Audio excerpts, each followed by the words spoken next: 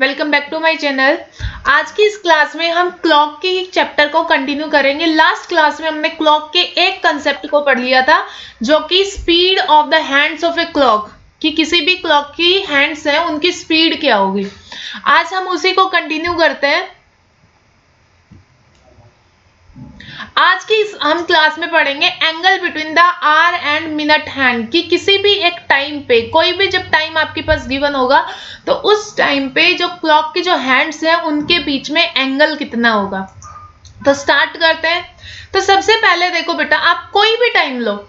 Like मैंने time लिया 3:25 PM, 3:25 PM लिया।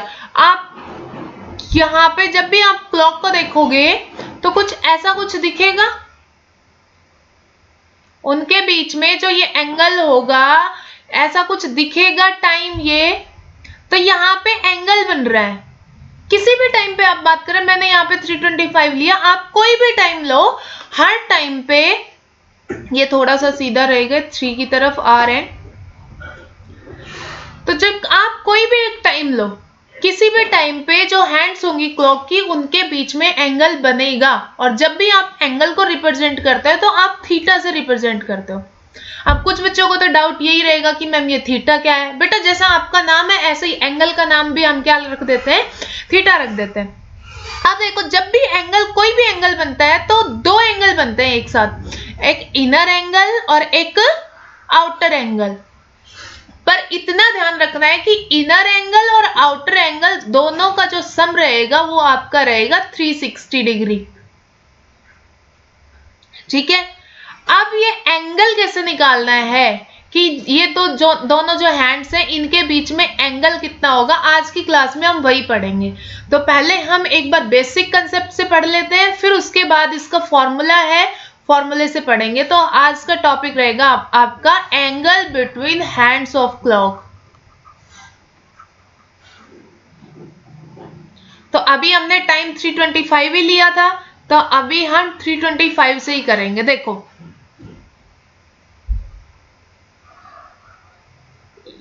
ये मैं एक क्लॉक बना रही हूं, यहाँ पे ये 12, ये 3, ये 6, ये 9, 1 2 4 5 7 8, इधर 10 और 11।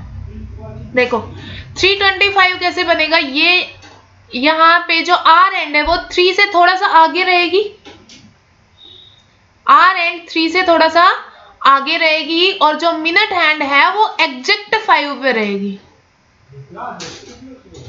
जो मिनट हैंड है वो एग्जैक्ट 5 पे रहेगी। अब इनके बीच में जो ये हैंड्स है, जो ये क्लॉक की जो सुई है, इनके बीच में एंगल कितना होगा, हमें ये एंगल बताना है। तो अब देखो, ये जब 3 o'clock होता है टाइम, 3 o'clock पे जो आर एंड है वो एग्जैक्ट 3 पे रहेगी। पर अभी 25 मिनट्स आगे हैं, तो 25 मिनट्स आगे है तो आर एंड ने 3 से 25 मिनट्स में जितना एंगल ट्रेवल करती है उतना थोड़ा सा आगे रहेगी 3 से। तो अब हमें ये पता करना है कि 25 मिनट्स में आर एंड ने आखिरकार एंगल ट्रेवल कितना किया है।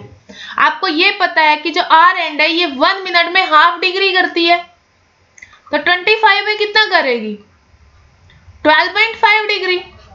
हमें इतना पता चल गया कि जो आर एंड है ये 3 से 12.5 डिग्री एंगल एक्स्ट्रा पहुंच गई है। तो ये डिस्टेंस हमने पता कर ली, ये कितनी है, 12.5 डिग्री। अब हमें ये एंगल निकालना है, तो आप देखो 3 से 5 के बीच की, 3 से 5 तक के बीच की ये टोटल एंगल कितना रहेगा। देखो 2 आवर्स का गैप है, तो 1 आवर स्पेस 30 डिग्री होता है, तो ये पूरा कंप्लीट जो एंगल रहेगा वो 60 डिग्री है। आर एंड 3 से कितना आगे है, वो 12.5 डिग्री आगे है। तो इन दोनों हैंड्स के बीच में एंगल कितना बच गया, एंगल बच गया 47.5 डिग्री। तो ऐसे आप किसी भी एंगल का कोई भी टाइम पे कोई भी एंगल निकाल सकते हो। ये हमने बेसिक से पढ़ा है।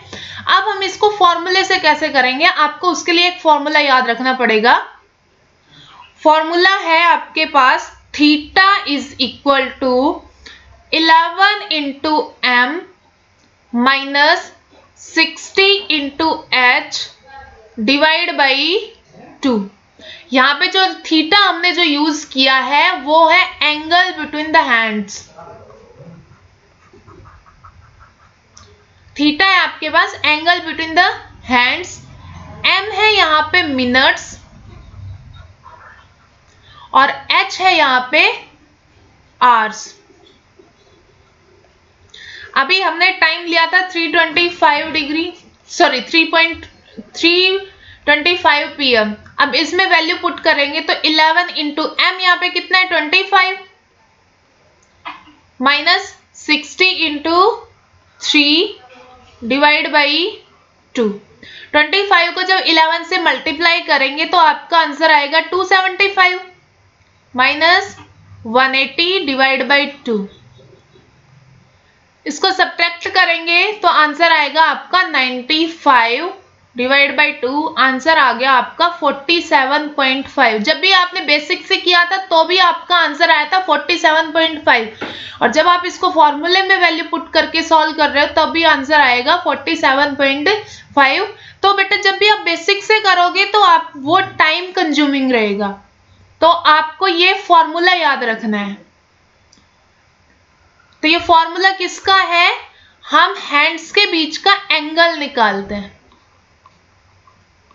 कोई भी टाइम गिवन हो उस टाइम पे जो क्लॉक की जो हैंड्स हैं उनके बीच में एंगल निकालने के लिए फॉर्मूला रहेगा theta is equal to 11 into M minus 60 into H divide by 2। यहाँ पे थीटा होगा एंगल बिटवीन हैंड्स, एम रहेगा मिनट्स, एच रहेगा आवर्स। तो आंसर आ जाएगा आपका ये। एक एग्जांपल और कर लेते हैं इसी पे। मैंने टाइम दिया आपको 10:25 AM। तो आप देखो 11 into 25 minus 60 into 10 divide by 2। उधर उसकी मल्टीप्लीकेशन करेंगे 275 माइनस 600 डिवाइड बाई 2। अब यहाँ पे आपको दिख रहा होगा कि आपका जो एंगल आएगा वो नेगेटिव में आएगा। बेटा एंगल चाहे आपका नेगेटिव में आए या पॉजिटिव में आए, आपको सेम वही आंसर करना है जो आपका आंसर आएगा। आप ऐसा नहीं कर सकते हो कि आप किसी में से सब्ट्रैक्ट करने लग जाओ कि मैम इसका तो आंसर नेगेटिव में आया है तो हम तो इसमें कुछ और अपना माइंड यूज करेंगे। वो आपको नहीं करना है, ठीक है। तो आप देखो जब आप इसको सॉल्व करोगे तो आपका सब्ट्रैक्शन कितना आएगा, आप 600 में से इसको माइनस करेंगे। देखो सब्ट्रैक्ट तो हम हमेशा ग्रेटर में से स्मॉलर को करते हैं। फर्क पड़ता है वो किस पे पड़ता है, वो हमारे रिजल्ट पे पड़ता है। अगर ग्रेटर नंबर नेगेटिव है तो हमारा आंसर नेगेटिव में आ जाएगा।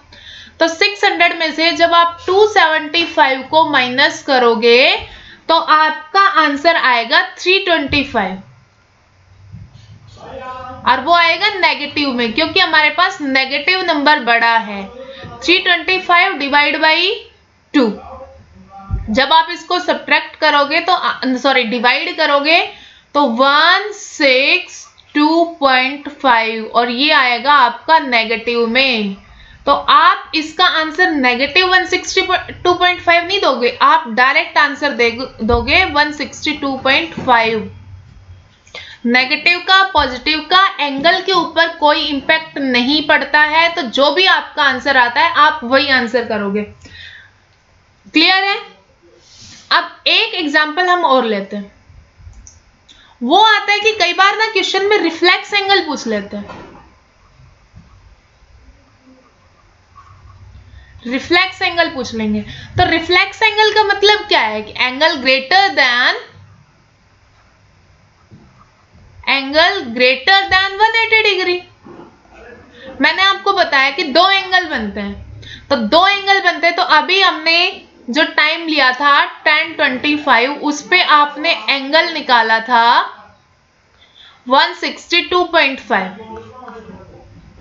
आंसर आपने निकाला था 162.5। तो क्या ये रिफ्लेक्स एंगल है? नहीं, ये रिफ्लेक्स एंगल नहीं है। तो आप अब रिफ्लेक्स एंगल निकालने के लिए आप क्या करोगे, इसको 360 में से माइनस कर दोगे, क्योंकि आपको इतना पता है कि जो आउटर एंगल और इनर एंगल दोनों का सम क्या होता है, 360 डिग्री होता है। तो जब कभी भी आपका आंसर ऑप्शन में मैच नहीं करे, तो सबसे पहले तो आपको 360 में से सब्ट्रैक्ट करके आंसर मैच करना है। अगर हो जाता है तो ठीक है, नहीं तो फिर दोबारा अपनी कैलकुलेशन चेक करो। क्लियर है? तो आज हमने ये कंसेप्ट 2 पढ़ा है। आज हम सिर्फ इसी के बारे में बात करेंगे, angle between the hour and minute hand, कि किसी भी टाइम पे जो क्लॉक की जो हैंड्स होंगी उनके बीच में एंगल कितना होगा। तो हमने ये बेसिक से पढ़ा था पहले, ठीक है। और फिर हमने एक फॉर्मूला याद किया, और फॉर्मूला है theta is equal to 11 into M minus 60 into H divide by 2। Okay, तो आज के लिए इतना ही, बाकी मिलते हैं